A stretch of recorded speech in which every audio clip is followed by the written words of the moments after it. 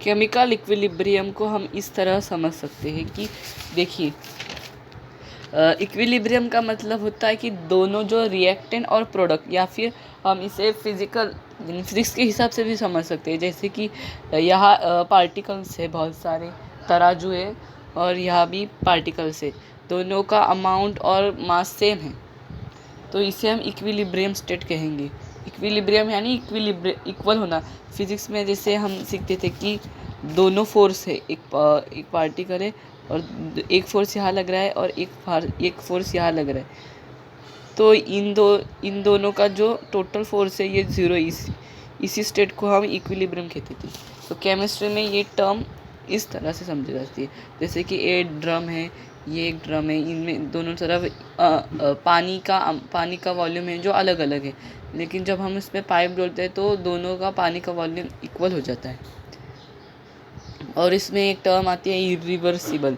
Irreversible यानी कि दोनों जो चीज़ें हैं, दोनों जो एलिमेंट्स है, उनका एडिशन या फिर जो प्रोडक्ट है उनसे एक अलग, यानी उन दोनों प्रोडक्ट का जो भी सारा अमाउंट है वो सारा यूज़ होता जाता है प्रोडक्ट बनाने में, यानी ये सारा प्रोडक्ट में कन्वर्ट हो जाता है, इसलिए इसे इरिवर्सिबल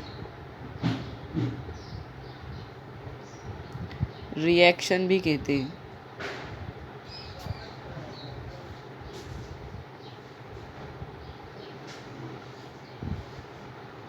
और नेक्स्ट आता है रिवर्सिबल रिएक्शन। रिवर्सिबल रिएक्शन, इस रिएक्शन में होता क्या है, A प्लस B हो जाता है B प्लस A, यानी यहाँ प्रोडक्ट और रिएक्टेंट और प्रोडक्ट की तरह भी अलग है, यानी ये जो प्रोडक्ट है, सॉरी, ये एक रिएक्टेंट है और ये प्रोडक्ट है। प्रोडक्ट आपको यहाँ A प्लस B है या B प्लस A, यानी प्रोडक्ट भी है जो रिएक्टेंट की तरह बिहेव कर रहा है और रिएक्टेंट भी प्रोडक्ट की तरह बिहेव कर रहा है, यानी ये दोनों चीज़ें हैं ना, ये इक्वल है, यानी इनमें दोनों में कुछ फ़र्क नहीं है। A प्लस बी और B plus B A plus B ही होता है, बस वो जो प्रोडक्ट है वो A जो है वो B में कन्वर्ट हो गया और B जो है A में कन्वर्ट हुआ, ऐसा है। इसे ही इक्विलिब्रियम कहते हैं, केमिकल इक्विलिब्रियम। सो यहाँ आप देख सकते हो। अब इनमें से हम डिफरेंस देखते हैं। सबसे पहले आता है हमारे पास irreversible reactant, precipitation reaction, principle of reaction, NaCl AgNO3 और NaNO3 प्लस AgCl, ये इरिवर्सिबल रिएक्शन है। और एक रिएक्शन देखते हैं, neutralisation reaction, HCl plus NaOH NaCl H2O, thermal dissociation, यानी ओपन वेसल में, यानी इसे हम इस तरह समझ सकते हैं, ये कंटेनर है जो ओपन है और इनमें हम रिएक्शन कर रहे हैं दो पार्टिकल्स का, इनका जो रिएक्शन होगा तो समझो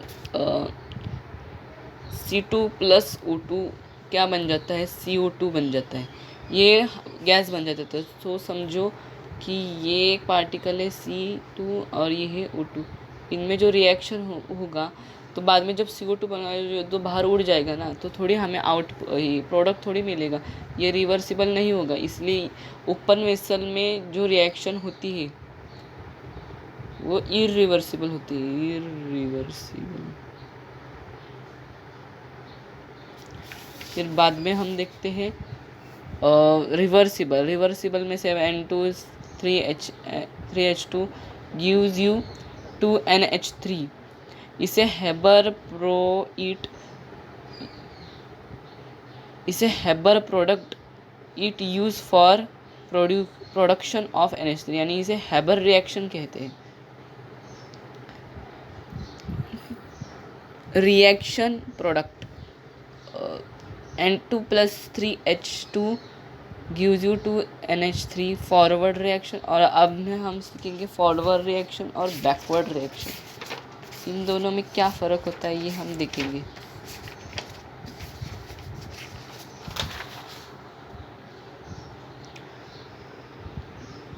forward reaction N2 + 3H2 2NH3। Backward reaction 2H यानी उल्टा, ये प्रोडक्ट का पूर्णतः कन्वर्जन हो रहा है N2NH3 और इसे ही उल्टा कर दिया तो 2NH3 और N2 + 3H3 से बैकवर्ड कहते हैं, इसे फॉरवर्ड कहते हैं। फॉरवर्ड यानी यहाँ से यहाँ, और बैकवर्ड यानी उल्टा, प्रोडक्ट से रिएक्टेंट, फॉरवर्ड मतलब रिएक्टेंट से प्रोडक्ट। रेट डायरेक्टली प्रोपोर्शनल होता है अमाउंट ऑफ रिएक्टेंट से। जो भी रेट है वो रिएक्टेंट के जो अमाउंट है उस पर डिपेंड करता है। इसे हम इस तरह समझ सकते हैं। ये देखिए, ये एक ग्राफ है सुदर्शन। इस ग्राफ में एक चीज़ है, ये है रेट। जो भी चेंज हो रहा है उसे रेट कहेंगे हम। जितने भी अमाउंट में जो टेम्परेचर होगा यानी पार्टिकल्स वगैरह वगैरह वगैरह, उसे हम रेट कहते हैं। चेंज इन रेट, जितना चेंज हो रहा है उसे रेट कहेंगे हम। और यहाँ है फॉरवर्ड, ग्रीन वाला जो दिख रहा है वो फॉरवर्ड है, और जो रेड वाला दिख रहा है वो बैकवर्ड है। जब बैकवर्ड रिएक्शन बढ़ता जाता है और जब फॉरवर्ड रिएक्शन घटता जाता है, और जो जिस पॉइंट पे ये दोनों इक्वल हो जाते हैं उसे इक्विलिब्रियम स्टेट कहते हैं। यानी फॉरवर्ड रिएक्शन और बैकवर्ड रिएक्शन दोनों ही स्टेबल हो जाते हैं, इक्वल हो जाते हैं, उस पॉइंट को इक्विलिब्रियम स्टेट कहते हैं। ये है temperature. It is dynamic nature, it product is stopped but it is still occurring। यानी इसका मतलब है ये डायनामिक जैसा बिहेव करता है, यानी इसमें कोई तो स्पीड होती है रिएक्शन इक्वल होने की, जिस स्पीड में यानी इस एग्जाम्पल से हम समझ सकते हैं। बहुत आसान और रिलेटिव एग्जाम्पल है। इस एग्जाम्पल में हम क्या करेंगे, सोचिए एक लिफ्ट है। उस लिफ्ट में चार लोग हैं। फर्स्ट फ्लोर पे 2 लोग उतरते हैं और 2 लोग चढ़ते हैं। 2 लोग उतरते हैं और 2 लोग चढ़ते हैं, यानी 2 - 4 + 2, यानी ये कितना हो जाता है, ये कट गया, 4 हो गए। 4 ही लोग रहते हैं। फिर बाद में 2 लोग चढ़ते हैं, 2 लोग उतरते हैं, 2 लोग चढ़ते हैं, 2 लोग उतरते हैं। ऐसा करते करते ये यानी लिफ्ट में जो लोग हैं वो इक्वल अमाउंट में ही प्रेजेंट है, यानी 4 ही है। फर्स्ट फ्लोर पे भी, सेकंड फ्लोर पे भी, फोर्थ फ्लोर पे। बस 2 लोग चढ़ रहे और 2 लोग उतर रहे, 2 लोग चढ़ रहे, 2 लोग उतर।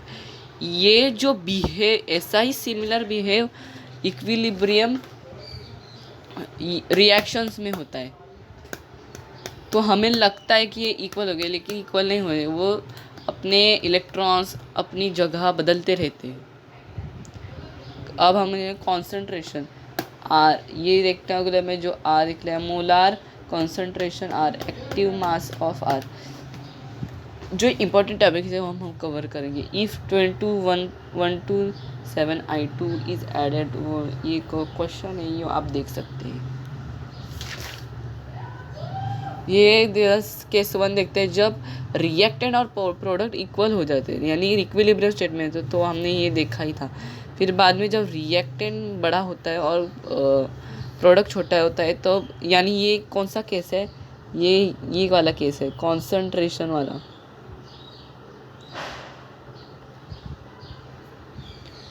इस बार ये इस पॉइंट पे इक्विलिब्रियम हो जाते हैं। सी यानी ये आपका क्या हो गया, कॉन्सेंट्रेशन हो गया, और ये आपको पता है टेम्परेचर। फिर बाद में हम देख सकते हैं लॉ ऑफ, ये अलग अलग लॉज है। Law of active mass, action mass, are directly proportional R³, ये ऐसे रख सकते हैं। अब ये फॉर्मूला है KF/KB। KF rate concentration for forward reaction, और KB rate concentration of backward reaction का कॉन्सेंट्रेशन और फॉरवर्ड रिएक्शन का कॉन्सेंट्रेशन। फिर बाद में आ जाता था के एफ अपॉन के बी। अब हम सीखेंगे मास एक्शन। ये कैसा होता है, यानी ये समझो 2a + 2b, ये हो जाता है c। अब जो रिएक्टेंट है ना, ये ऊपर लिया जाता है और प्रोडक्ट नीचे लिया जाता है। इसे हम इसे देख सकते हैं, यानी यहाँ देख सकते हैं, यहाँ जो रिएक्टेंट है वो नीचे लिया है और प्रोडक्ट जो है वो ऊपर लिया है। सॉरी, यहाँ हमें प्रोडक्ट ऊपर लेना, रिएक्टेंट नीचे लेना।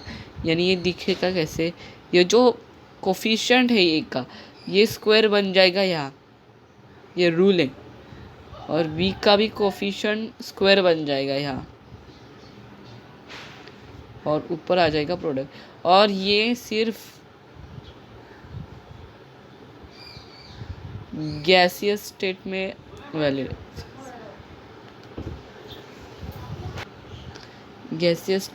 वैलिड होता है, वैलिड है। सो आज के लिए इतना ही। कल हम और थोड़ा पढ़ेंगे इक्विलिब्रियम के बारे में। So thank you guys. ये आप नोट्स देख सकते हो तब तक।